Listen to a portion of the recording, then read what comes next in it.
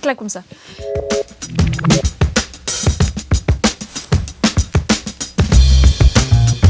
Pas du tout, ni la petite fille.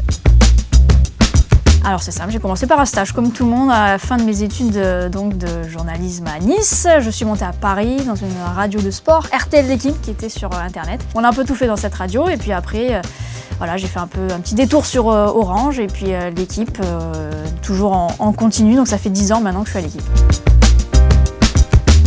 Ça s'est passé avec du foot russe, du championnat russe. On est parti de loin. C'était les premières images qu'on avait et bien, je n'ai pas hésité à aller voir voilà, la direction pour leur dire que me commenter, ça m'intéressait. C'est ce que j'ai fait à chaque fois pour voilà, taper à la porte et dire bon, ben, s'il y a une petite place, moi, ça m'intéresserait de commenter. Et on m'a fait confiance et voilà où je suis aujourd'hui.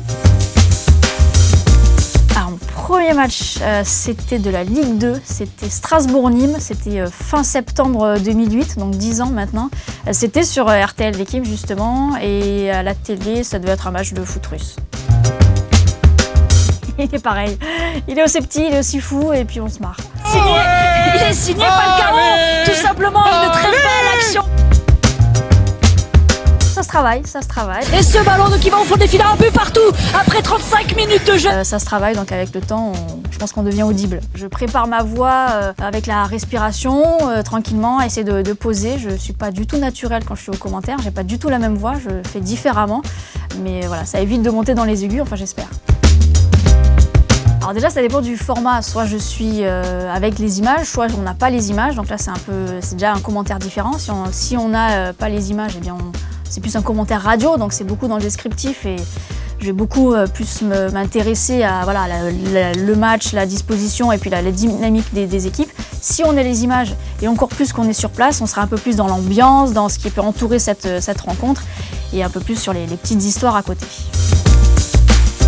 Alors j'ai déjà eu un fou rire, mais il ne s'est pas forcément vu parce que c'était forcément avec Yohan Ryu, on était en cabine.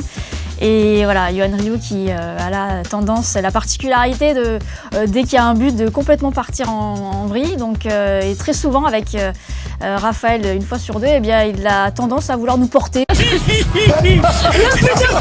Nous pousser et une fois, voilà, il y a eu un but, je ne sais plus lequel, et il était tellement heureux, Yohan, qu'il voulait me porter. Et en fait, je l'ai vu disparaître, je ne sais pas où il est passé, en fait, il était derrière moi, il voulait me porter et il n'est pas descendu assez bas, du coup, j'avais sa tête dans mon cul. C'était avec Estelle Denis qui en fait me lance sur une alerte dans l'émission et en fait je n'avais pas l'alerte. Donc j'ai trouvé une info que j'avais vue avant l'émission, mais c'était pas du tout ça qu'elle voulait. N'Golo Kanté, pour voir l'humilité et la timidité voilà, en face. Je travaillerai à Combini.